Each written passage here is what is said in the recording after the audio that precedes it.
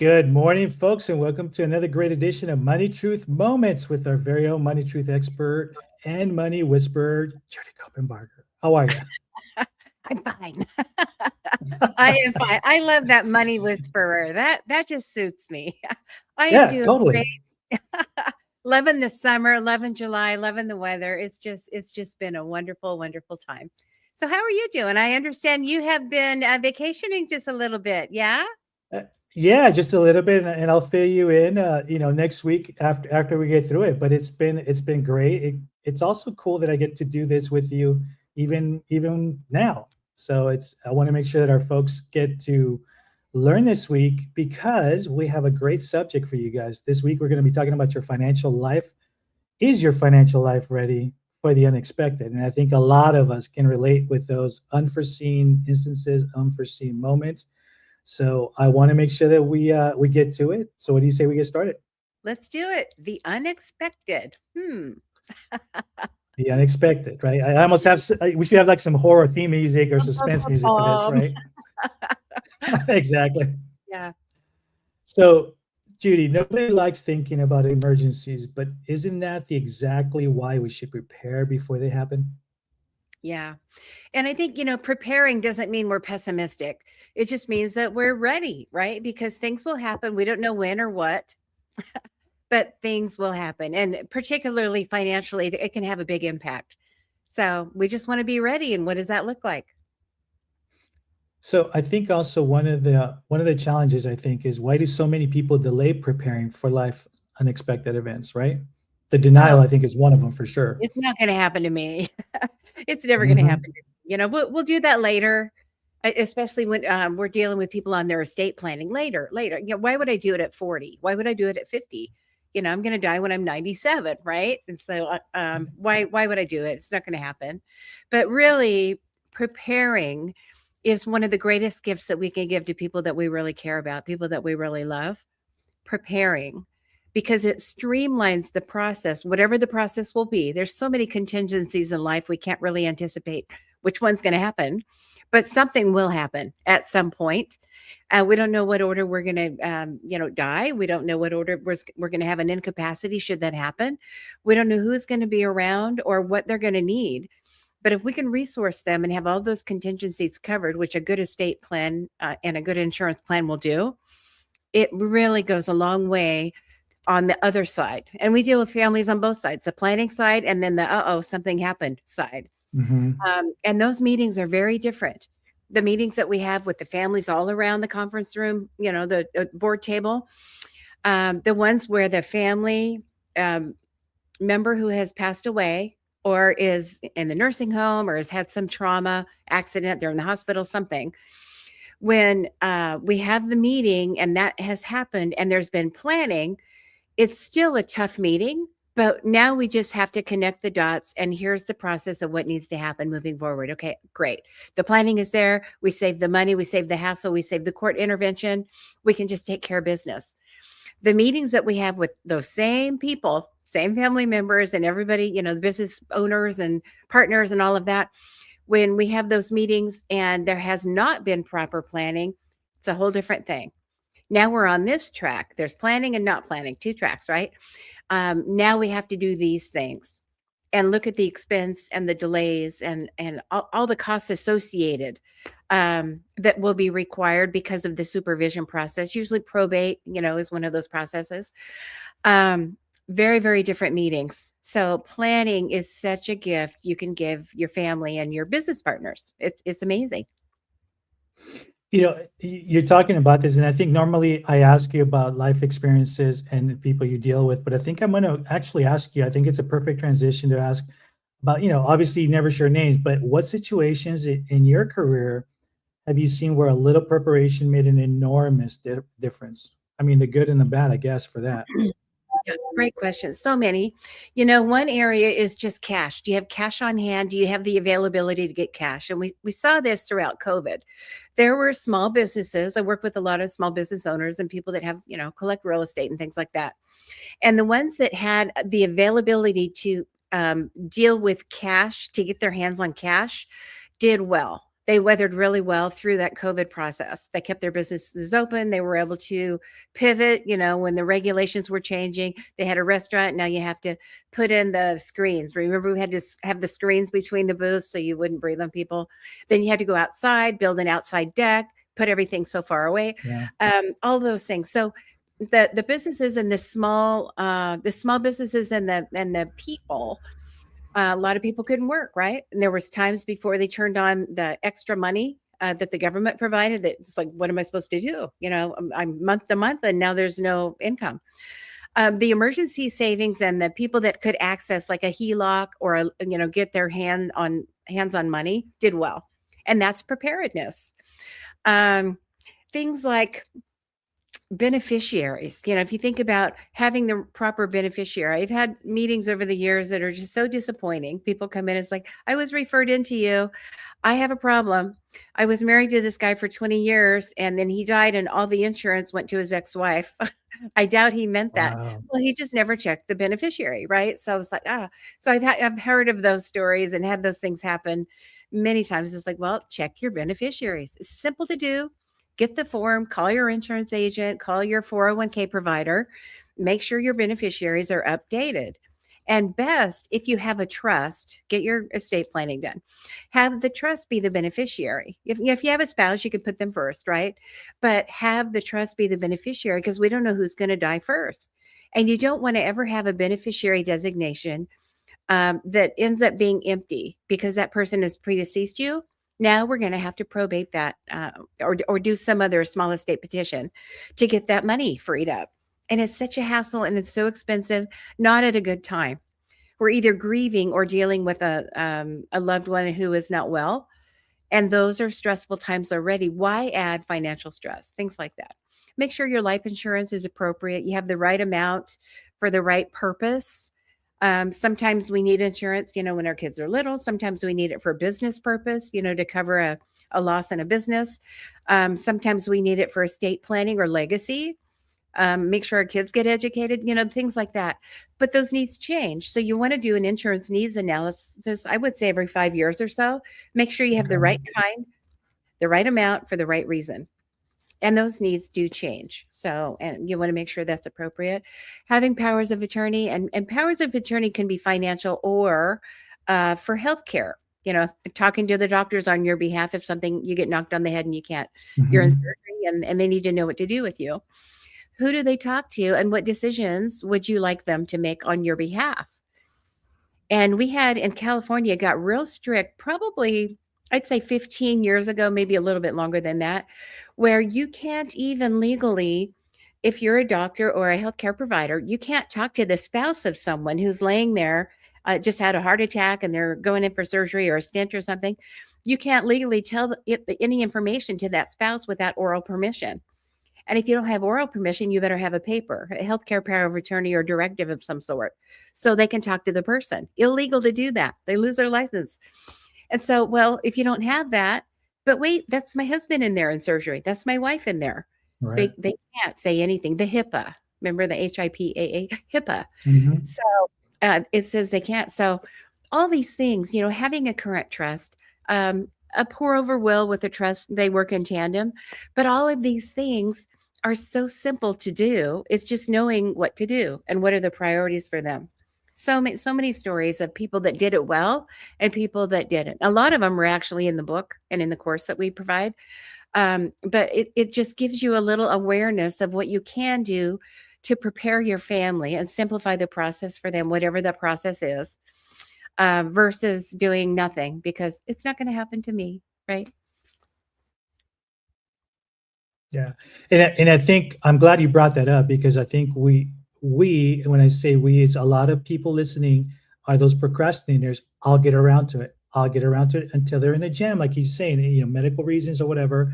And then you're kind of stuck because there's nothing you can really do. And it's like, would have, could have, should have, but you didn't. So here we are, and I think that's important. Exactly what you're bringing up with that. Exactly. All right. Yeah, folks, if you're just joining us, welcome. Please make sure you're following Judy at judycopenbarger.today. Today's topic is your financial life ready for the unexpected. And we've already gone through some very great questions, some great answers. And I want to talk a little bit about the money myth that everybody it's out there, right? The I'm too young to worry about estate planning. You want to address that?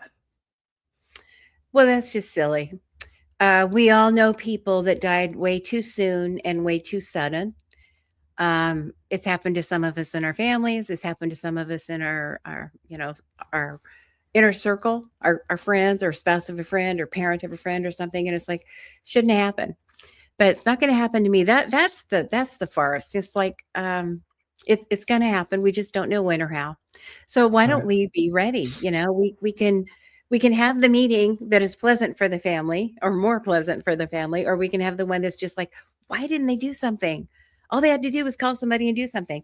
So many outcomes that we can control, and this is one of them. So let's just get our stuff together and get it done. So let's talk a little bit about if someone wanted to complete just a basic financial preparedness review this month, where should they begin?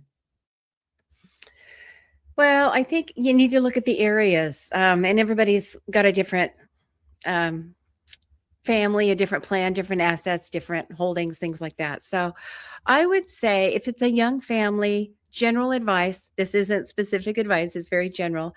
I would say start with life insurance, and it could be simple, dirt cheap, term insurance.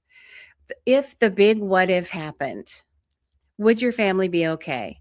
And it could be that you have extended family that can cover, and maybe there's relatives that have, Mhm. financial resources that can cover, and that's great.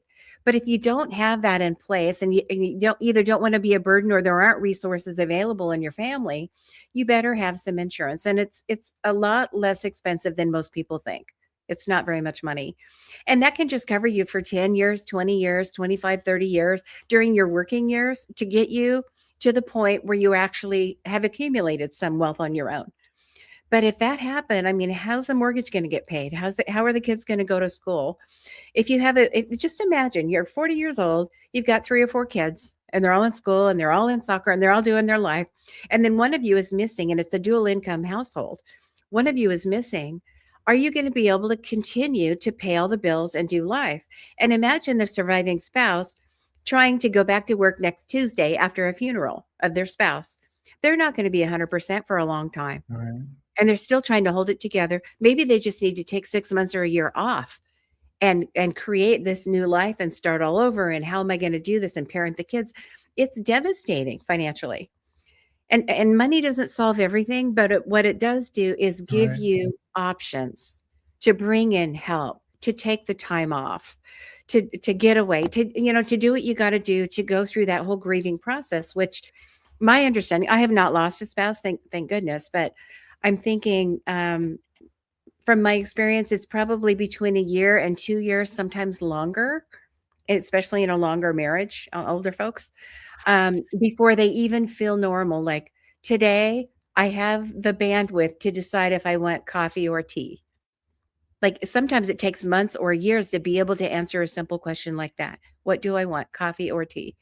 Because your brain is just, the grief process stops so many things.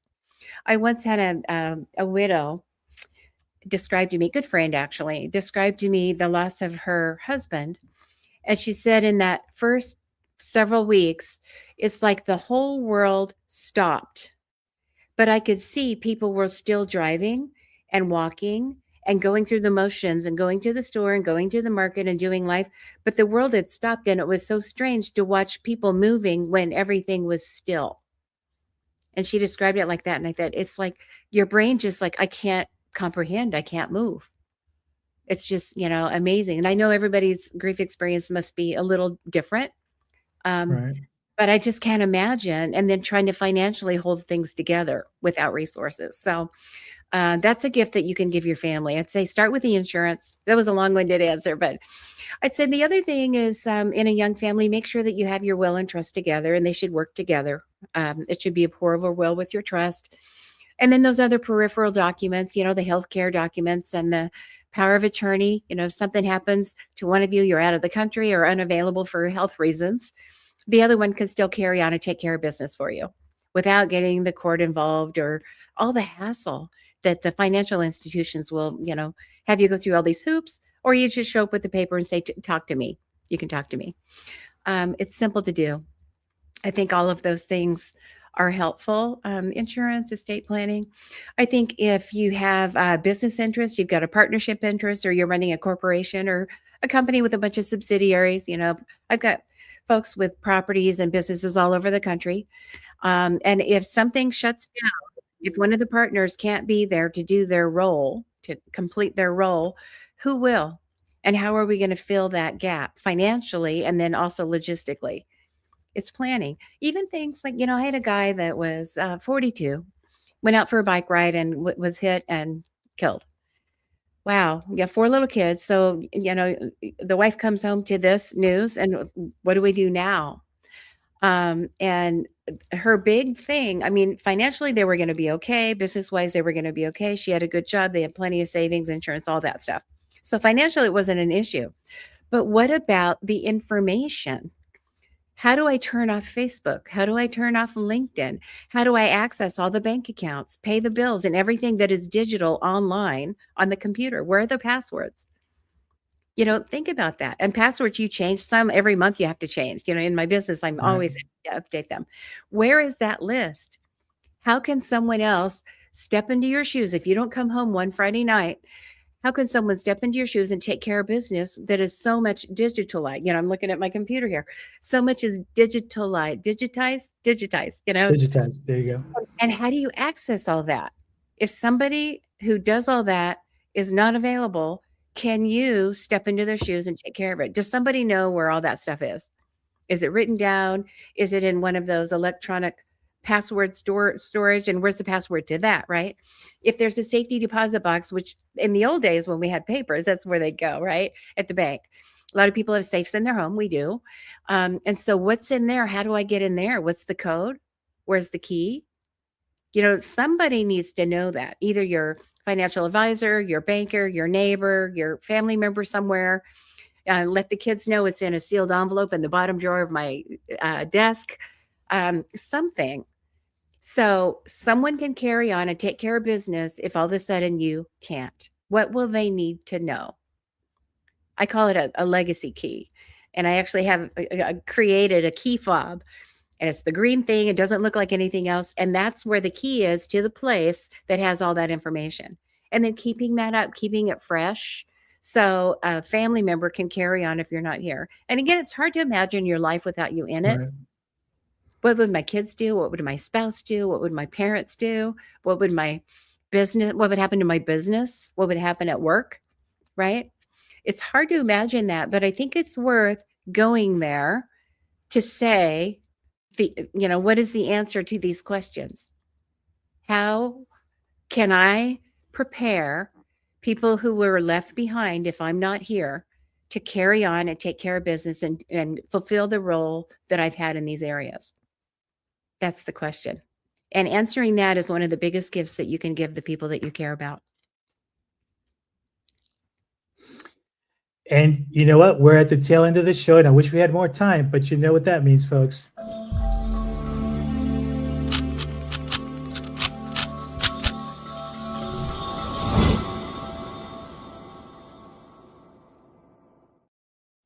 Well, hey, you gave us a lot, and I'm really looking forward to this challenge because I think it'll be a continuation of keeping this conversation going for sure. Oh, I hope so. I hope this is one of these shows that really gets people moving. So here's your challenge. Set aside an hour this week. Go through your beneficiary designations, anything that has a beneficiary. It's going to be life insurances, annuities, any retirement programs. They all have a 401k, IRA. All of those are going to have beneficiary designations. Go online at work, or look at the papers. Call your IRA person, and make sure your beneficiaries are updated. Make sure you know where all your important financial papers are, and leave a trail of a trail of crumbs. leave a trail of crumbs. Where are the documents? Where are the passwords? Where is whatever they need? Write that down, or let somebody know digitally where all that is. Make sure that at least one key person knows where the bodies are buried. where everything is. That's your challenge. And boy, this is a challenge that I really want you to take to heart and not just think, yeah, I'll do it one day. I don't really need that. You do. You do need this. This is a gift that you can give people. So that's your challenge. Take it to heart, write it down, get it done. All right, folks, you heard the challenge. Next week, we're going to begin August with one of the busiest financial seasons of the year for families as they prepare to go back to school, the expenses, the transitions. So you don't want to miss that. Again, if you're not following Judy, please do so at judycopenbarger.today. Don't forget, we are here every Tuesday morning at 8 a.m. with the replays on Thursdays at 8 p.m. Any last parting words, Judy? Make it a great week. Enjoy your July and get your work done. Accept the challenge. All right. Sounds good. Take care, you guys.